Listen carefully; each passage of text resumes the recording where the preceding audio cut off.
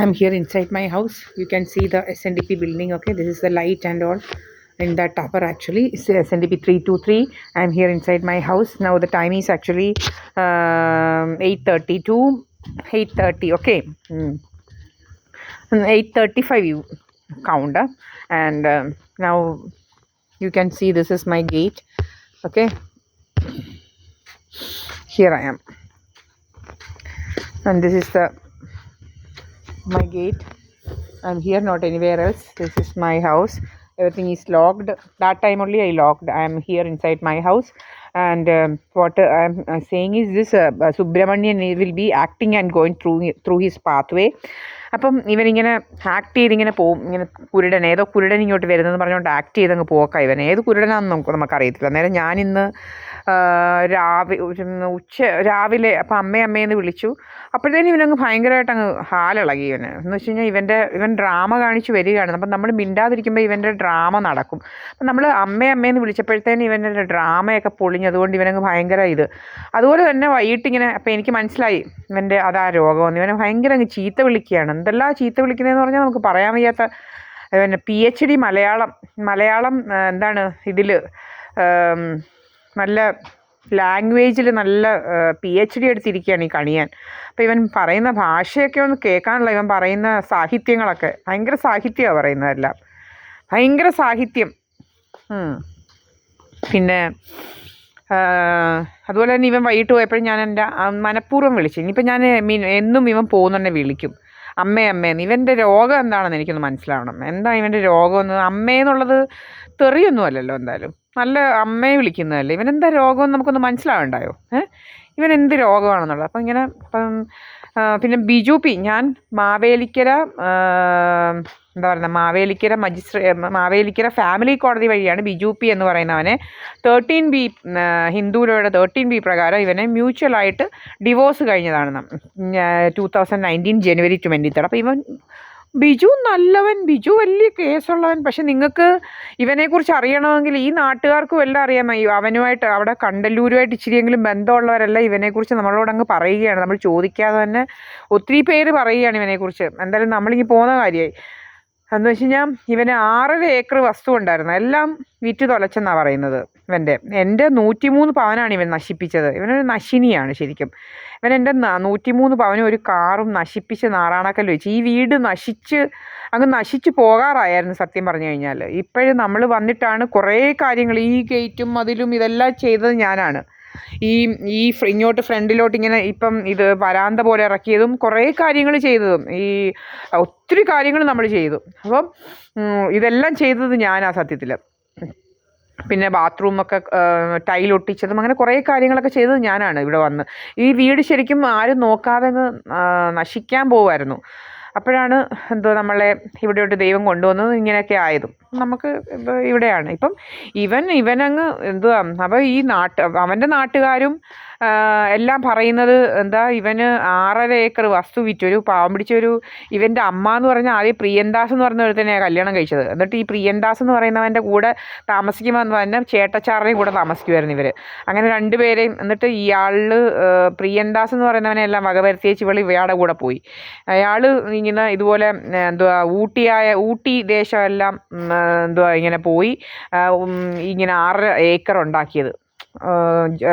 കോൺട്രാക്ടറോ ഏതാണ്ടൊക്കെ ആയിട്ട് പോയി ഇങ്ങനെ 6 ഏക്കർ കഷ്ടപ്പെട്ടുണ്ടാക്കിയതല്ല ഇവന്മാർ നശിപ്പിച്ച്.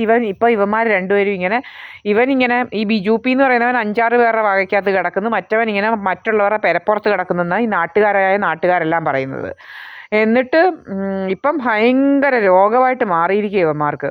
രോഗമെന്ന് വെച്ച് കഴിഞ്ഞാൽ ഇവനിങ്ങനെ നമ്മുടെ പുറകിലങ്ങ് നടക്കുക ഈ ബിജു പി എന്ന് പറയുന്നവൻ. അതുപോലെ ഈ കണിയാനെന്ന് പറയുന്നവനും സുബ്രഹ്മണ്യൻ എന്നാണ് ഇവൻ്റെ പേര്. CPM-ൻ്റെ ഗൂണ്ടയാണ് ഇവൻ. എൻ്റെ 5 CCTV ക്യാമറ ഇവന്മാർ അടിച്ചു പൊട്ടിച്ചത്. നിങ്ങൾക്ക് ഇപ്പോഴും എൻ്റെ ഇതിനകത്ത് ഞാൻ അപ്ലോഡ് ചെയ്തിട്ടുണ്ട് അടിച്ചു പൊട്ടിക്കുന്ന രംഗങ്ങളൊക്കെ. ഇവിടെ ക്യാമറ ഇരുന്ന സ്ഥലമാണ്.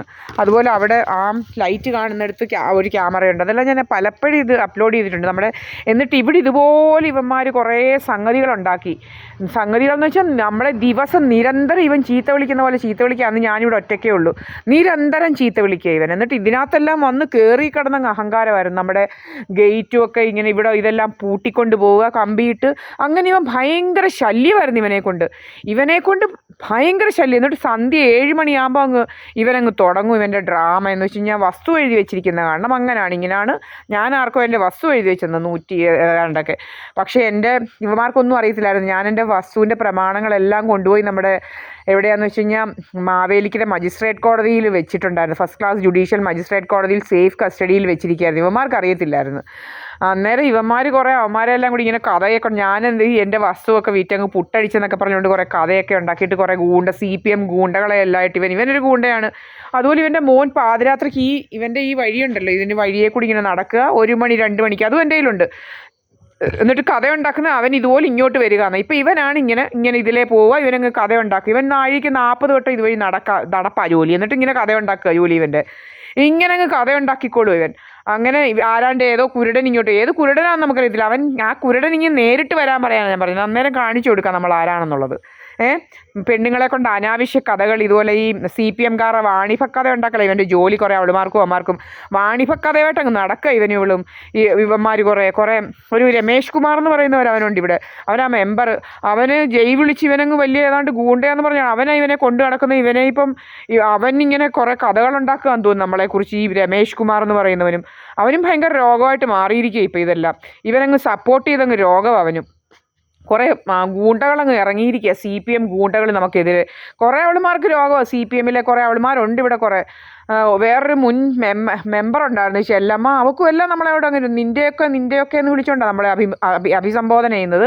ഇവളുമാർക്കൊക്കെ എന്തും അങ്ങ് ആകും നമ്മളോട്. എന്ത് ഗൂണ്ടായിസം, CPM ഗൂണ്ടായിസം നിങ്ങൾക്ക് അറിയത്തില്ല. ഭയങ്കര ഗൂണ്ടായിസമായിട്ട് അങ്ങ് നടക്കുക ഇവളുമാർ. ഒരു മര്യാദയില്ലാത്ത കുറേ എണ്ണങ്ങൾ. എന്നിട്ട് അതുമെല്ലാം ഈ ചെല്ലമ്മയുടെ എല്ലാ സഹിതം നമ്മൾ ഇട്ടിട്ടുണ്ട്. ഇവളാരോ ചെല്ലമ്മ, അവൾ പാർട്ടിയിലെ മെമ്പറോ ഒക്കെ ആണെങ്കിൽ അവൾ പാർട്ടി ഓഫീസിൽ പോയിരുന്ന് അഹങ്കാരം എടുത്താൽ മതി. കണ്ടവരുടെ വീട്ടിൽ കയറിയൊന്നും അഹങ്കാരമൊന്നും ഇവളുമാരെടുക്കണ്ട. നിങ്ങൾക്കറിയാമല്ലോ ദേശാഭിമാനത്തി പത്രത്തിൻ്റെയൊക്കെ സ്റ്റാൻഡേർഡ് എന്ന് പറയുന്നത് നിങ്ങൾക്കറിയാം. ഞാൻ പറയേണ്ട കാര്യമില്ല. ദേശാഭിമാനി പത്രത്തിനകത്ത് ഇന്ന് വരെ ഏതെങ്കിലും ഒരു കാര്യം സത്യസന്ധമായിട്ട് വന്നിട്ടുണ്ടോ? ഞാൻ നിങ്ങൾക്ക് ആരെങ്കിലും പറഞ്ഞാൽ നിങ്ങൾക്ക് ഞാൻ പൊന്മോതിരം വാങ്ങിച്ചു തരാം. അതുപോലത്തെ കള്ളത്തരം എഴുതുന്നൊരു പത്രം, ഇതുപോലെ മീൻ പൊതിയാൻ പോലും കൊള്ളത്തില്ലെന്ന് ആൾക്കാർ പറയുന്നത്. അത്ര തേർഡ് റേറ്റ് പത്രം. ആ പത്രം വായിച്ചുകൊണ്ടിരിക്കുന്നവരായിരുന്നു ഈ രാജമ്മ എന്ന് പറയുന്നത്. എൻ്റെ അമ്മയുടെ ഇരട്ടയിലൊരു CPM പെൺഗുണ്ടയാണ് അവൾ. CPM ഈ പറഞ്ഞ പത്രം വായിക്കുന്നവളായിരുന്നു ഈ രാജമ്മ എന്ന് പറയുന്നവൾ.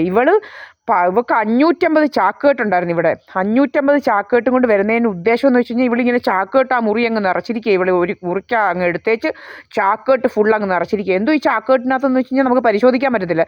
ഇവൾ നമുക്ക് തരാനുള്ള സ്ലോ ആക്ടിങ് പോയിസണും അതും ഇതുമെല്ലാമായിട്ടാണ് വന്നിട്ട് ഈ ചാക്കുകെട്ടിനകത്തെല്ലാം ആക്കി ഇങ്ങനെ വെച്ച് കഴിഞ്ഞാൽ നമുക്കറിയത്തില്ല ഇതൊക്കെ എവിടെയാണെന്നുള്ളത്. എന്നിട്ട് ഇവൾക്ക് തന്നെ അങ്ങ് സംശയം. ഇവൾ എൻ്റെ മരുന്ന് കണ്ടില്ലേ, മറ്റേത് കണ്ടില്ലേ, ഇവിടെ എവിടോട്ടൊക്കെയാണ് വെക്കുന്നതെന്ന് അറിയത്തില്ല. ഇവൾ ഈ ഇരുന്ന് മുറിക്കുന്നത് കാണാം, മുറിക്കുക പറിക്കുക ഇങ്ങനെ അങ്ങ് ചെയ്യുക. മരുന്ന് മുറിച്ചെടുക്കുക, എന്തുവന്നോന്ന് അറിയത്തില്ല. പക്ഷെ ഇവക്ക് അതിന് മുന്നേ നമ്മൾ കണ്ടിട്ടുണ്ട്. ഇവക്ക് ഒരു മരുന്നും ഇല്ലായിരുന്നു. ആകെ കാലേ പെരട്ടുന്ന ഒരു മരുന്നും ഒരു തൈറോയിഡിൻ്റെ മരുന്നേ ഉള്ളായിരുന്നു. കാലേ പെരട്ടുന്ന ഒരു മുറിവിൻ്റെ മരുന്നും അല്ലാതെ വേറൊരു മരുന്നും ഇവളുടെ ഇതിനകത്ത്. പിന്നെ ഇവള് കാരക്കാട് പോയി വന്നപ്പോൾ ഇവക്ക് ഫുള്ള് മരുന്നാണ് ഇവളുടെ കയ്യിൽ. എന്ത് മരുന്നാണെന്നും അറിയത്തില്ല ഇവിടെ. എന്തിൻ്റെ മരുന്നാണെന്നറിയത്തില്ല. ഇവൾ നമുക്കിതെല്ലാം കൂടെ കലക്കി തന്ന് നമ്മളെ കൊല്ലാനായിട്ട് ഇവൾ പണ്ടും ഇങ്ങനെ തുടങ്ങിയതാണ്. ഈ പ്രീതായസ് പണിക്കർ എന്ന് പറയുന്നവൾ ഇവളും കൂടെ പണ്ടൊരിക്കൽ ഓണത്തിന് വന്നു 2021 ഓണത്തിന് വന്നിട്ട് എന്ത് ചെയ്തെന്ന് വെച്ച് കഴിഞ്ഞാൽ ഇവള് കുറച്ച് അവിയലൊക്കെ ഉണ്ടാക്കി വെച്ചിട്ട് അപ്പം മുമ്പിലത്തെ ദിവസം നമുക്ക് എന്തോ തന്ന്. അപ്പം നമുക്ക് അടുത്ത ദിവസം നമുക്ക് തല പൊക്കാൻ വയ്യാത്ത പോലെ ഏതാണ്ട് പോലായിരുന്നു. അന്നേരം നമ്മൾ പിന്നെ ഒന്നും അനങ്ങിയില്ല. അവിടെ ഇങ്ങനെ ഇരുന്ന് എന്തൊക്കെയോ പോലെ നമുക്ക് ഇതാക്കി. എന്നിട്ട് ഇവളെ ഏതാണ്ടെല്ലാം ചേർത്ത് കലക്കി വെച്ചേച്ച് ഇവൾ പോയി. ഇവൾ വിചാരിച്ച് നമുക്ക് ഏതാണ്ടെല്ലാം ആയിട്ട് ഇവളെ വിളിക്കുമെന്ന് വിചാരിച്ചുകൊണ്ട് ഇവൾ കോട്ടയത്തൊരു മഞ്ജുഷ എന്ന് പറയുന്ന അവിടെ വീട്ടിൽ പോയി ഇവൾ വെയിറ്റ് ചെയ്ത്. ഇവൾ പാലക്കാടുള്ളവളാണ്. ഇവൾ അവിടെ പോകാതെ ഇവൾ വിചാരിച്ച് എനിക്കേതാണ്ടെല്ലാം വയ്യാതായി, ഇതെല്ലാം കൂടെ തിന്ന് വയ്യാതായിട്ട് ഇവളെ വിളിക്കും. അപ്പോഴത്തേനിങ്ങനെ രക്ഷകർത്താവായിട്ട് ഇങ്ങ് വരാമെന്ന് പറഞ്ഞുകൊണ്ട് ഈ പ്രീതായസ് പണിക്കർ എന്ന് പറയുന്ന ക്രിമിനൽ ഗൂണ്ട വന്ന് അങ്ങനെ പക്ഷേ എന്ത് ചെയ്തെന്ന് വെച്ച് കഴിഞ്ഞാൽ നമ്മളൊന്നും അനങ്ങിയില്ല. നെക്സ്റ്റ് ഡേ നമ്മൾക്ക് എല്ലാം കുഴപ്പമെല്ലാം മാറി, ഒരു കുഴപ്പമില്ല. പിന്നെ നമ്മളിവിടെ എന്താ പറയുന്നത്, നമ്മൾ അധികം ദിവസം ഇവിടെ നിന്നില്ല. നമ്മൾ ഇവിടുന്ന് അങ്ങ് പോയി കരുനാഗപ്പള്ളിയിലൊരു ഹോസ്റ്റലിൽ പോയി നിന്ന്. കാരണം നമുക്ക് അത്രയ്ക്ക് പേടിയായി. എന്തോ ഒരു നമ്മളെ ദൈവം ആ സമയത്ത് ഇറക്കിക്കൊണ്ട് പോയതായിരിക്കും. അങ്ങനെ കുറച്ച് നാളത്തേക്ക് നീ മാറി നിൽക്കണം, എന്തൊക്കെയാണ് സത്യമായ കാര്യങ്ങൾ, എനിക്ക് കുറേ കാര്യങ്ങൾ കാണിച്ചു തന്നത് കഴിഞ്ഞിട്ടാണ് നമുക്ക് കുറേ കാര്യങ്ങൾ മനസ്സിലായത്. ഈ ഡൽഹിയിലുമൊക്കെ പോയി പല പല കാര്യങ്ങൾ നമ്മളെ ഈശ്വരൻ ഇതൊക്കെയാണ് നിന്നോട് നടക്കുന്നതെന്നുള്ളത്, പല രീതിയിലുള്ള കാര്യങ്ങൾ നടക്കുന്നത്. ഇപ്പോഴും പോയിസണസ് ഗ്യാസ് ഇങ്ങനെ അടിച്ചുകൊണ്ടിരിക്കും ഇവിടെ ഈ ഭാഗത്താണ് ഭയങ്കരമായിട്ട് ഇങ്ങനെ അടിക്കുന്നത്. ഈ ഭാഗത്ത് ഇങ്ങനെ അങ്ങ് അടിക്കും, പോയിസണസ് ഗ്യാസ് അടിച്ച് നിറച്ചിട്ടിരിക്കുക. അതുപോലെ നമ്മുടെ മുറിക്കകത്ത് ഇത്രയില്ല. നമ്മളിവിടെ വന്ന് നിൽക്കുമ്പോഴാണ് ഭയങ്കര ഇങ്ങനെ പുകയോ എന്തൊക്കെയോ ഇത് ഇല്ല. എന്താ നിങ്ങൾ ശ്രീനിവാസൻ്റെ മുഖം ശ്രദ്ധിച്ചായിരുന്നോ? ശരിക്കും പറഞ്ഞു കഴിഞ്ഞാൽ മരിക്കാറായപ്പം എനിക്ക് ഡൗട്ടുണ്ട്, അത് സാധാരണ ഇങ്ങനെയൊന്നും ആരും വന്ന് മരിക്കുന്നത് നമ്മൾ കണ്ടിട്ടില്ല, ഇങ്ങനെ വികൃതമായിട്ട്. അതുപോലെ വികൃതമാക്കി അയാളെ കൊന്നത് സത്യത്തിൽ പറയാതിരിക്കാൻ പറ്റത്തില്ല. എന്താണ് ഇത് ഇയാൾക്ക് നമുക്ക് കൊടുത്തതെന്ന് നമുക്കറിയത്തില്ല. ഞാൻ പറയുകയാണ്, എന്തായാലും ഇതുപോലൊരു പാമ്പിടിച്ച മനുഷ്യൻ, നല്ലൊരു മനുഷ്യൻ, എന്തേലുമായിട്ട് അയാൾ ജീവൻ കൊണ്ട് പോയി. ഇനി നല്ലൊരു ജന്മം അടുത്തത് കിട്ടട്ടെ എന്ന് നമ്മൾ പ്രാർത്ഥിക്കുന്നു. അതുപോലൊരു നല്ല മനുഷ്യരായിരുന്നു ആ പാമ്പിടിച്ച അങ്ങേരെ. എല്ലാം കൂടെ എന്തൊക്കെയോ ആൾക്കാർ വകവരുത്തിയതാണെന്നോ, എന്തൊക്കെയോ സ്ലോ ആക്ടിങ് പോയിസണൊക്കെ കൊടുത്തതായിരിക്കും ചിലപ്പം. കിഡ്നി അതുമെല്ലാം അടിച്ചു കളഞ്ഞ് പുകവലിക്കുന്നു. ഇപ്പോൾ എത്രയോ പേര് പുകവലിക്കുന്നു, എത്രയോ പേര് പുകവലിക്കുന്നവരെ നമ്മൾ കണ്ടിട്ടുണ്ട്. ഞാൻ കണ്ടിട്ടുണ്ട് ചെയിൻ സ്മോക്കേഴ്സിനെ, അവർക്കൊന്നും ഒരു കുഴപ്പമില്ലാതെ നടക്കുന്നു. അതുപോലെ ഇങ്ങനെ നമ്മളെക്കുറിച്ച് അനാവശ്യങ്ങൾ ഉണ്ടാക്കുക പറഞ്ഞ് നമ്മൾ പുകവലിക്കും, അതായത് കള്ള് കുടിക്കും. ഈ നാഴിക്ക് 40 വട്ടം നിങ്ങൾ കണ്ടിട്ടുണ്ടോ? ഞാൻ എവിടെയെങ്കിലും വന്നു, നിങ്ങൾ കാണുന്നുണ്ടല്ലോ, നമ്മൾ ഇവിടുന്ന് അവിടെ വരെ മേഫെയറിൻ്റെ അവിടുന്ന് അങ്ങോട്ട് പോകുന്നവരെ നമ്മൾ നമ്മുടെ ക്യാമറ ഓഫാക്കാറില്ല. ഇതെല്ലാം റെക്കോർഡ് ചെയ്ത് നമ്മൾ അപ്ലോഡ് ചെയ്യുന്നുണ്ട്. അപ്പം നമ്മളിതൊന്നും ചെയ്യുന്നില്ല. നമ്മൾ മേഫെയറിൽ പോയി കുടിക്കുന്നതെന്ന് പറയും സോമരാജൻ എന്ന് പറയുന്നവൻ പറഞ്ഞ് കള്ളക്കഥകൾ ഉണ്ടാക്കിയതാണ്. എന്നിട്ട് ഇവന്മാർ എങ്ങനെയാണെന്ന് വെച്ച് കഴിഞ്ഞാൽ നമ്മളെ ഇങ്ങനെ കറപ്പിക്കാൻ വേണ്ടി ഇതിങ്ങനെയാണ് കറപ്പിക്കാൻ വേണ്ടി നമ്മുടെ വെള്ളത്തിനകത്ത് ഏതാണ്ടെല്ലാം കറക്കുന്ന സാധനങ്ങളൊക്കെ ചേർക്കുക. അങ്ങനെ പല പല വേലകളായിരുന്നു ഇവന്മാർ നടത്തിക്കൊണ്ടിരുന്നത്. ഭയങ്കര ഈ വെള്ളത്തിനകത്ത് 11 മണിക്ക് വന്നപ്പോഴാണ് നമ്മൾ പിടിച്ചത്. നമ്മുടെ വെള്ളത്തിനകത്ത് കലക്കാൻ വരുമ്പോഴാണ് പിടിച്ചത്. അപ്പോൾ ഇവനൊരു മൊബൈലൊക്കെ ടോർച്ചൊക്കെ ഓണാക്കി നമ്മൾ അവിടെ വെളിയിൽ നിൽക്കുമെന്ന് ഇവൻ പ്രതീക്ഷിച്ചില്ല. 11 മണി കഴിഞ്ഞ് എന്തായാലും കറക്റ്റ് ഇവൻ മൊബൈലിൻ്റെ ഫ്ലാഷ് ലൈറ്റൊക്കെ ഇട്ടിങ്ങനെ ഓടി വരിക, ഓടി വന്ന് മുന്നിലോട്ട് ചാടുന്നത് ഞങ്ങളാണ്. അപ്പം അതിന് മുന്നേ ഇവൻ വരുന്നതിന് മുമ്പ് നടന്നതെന്ന് വെച്ച് കഴിഞ്ഞാൽ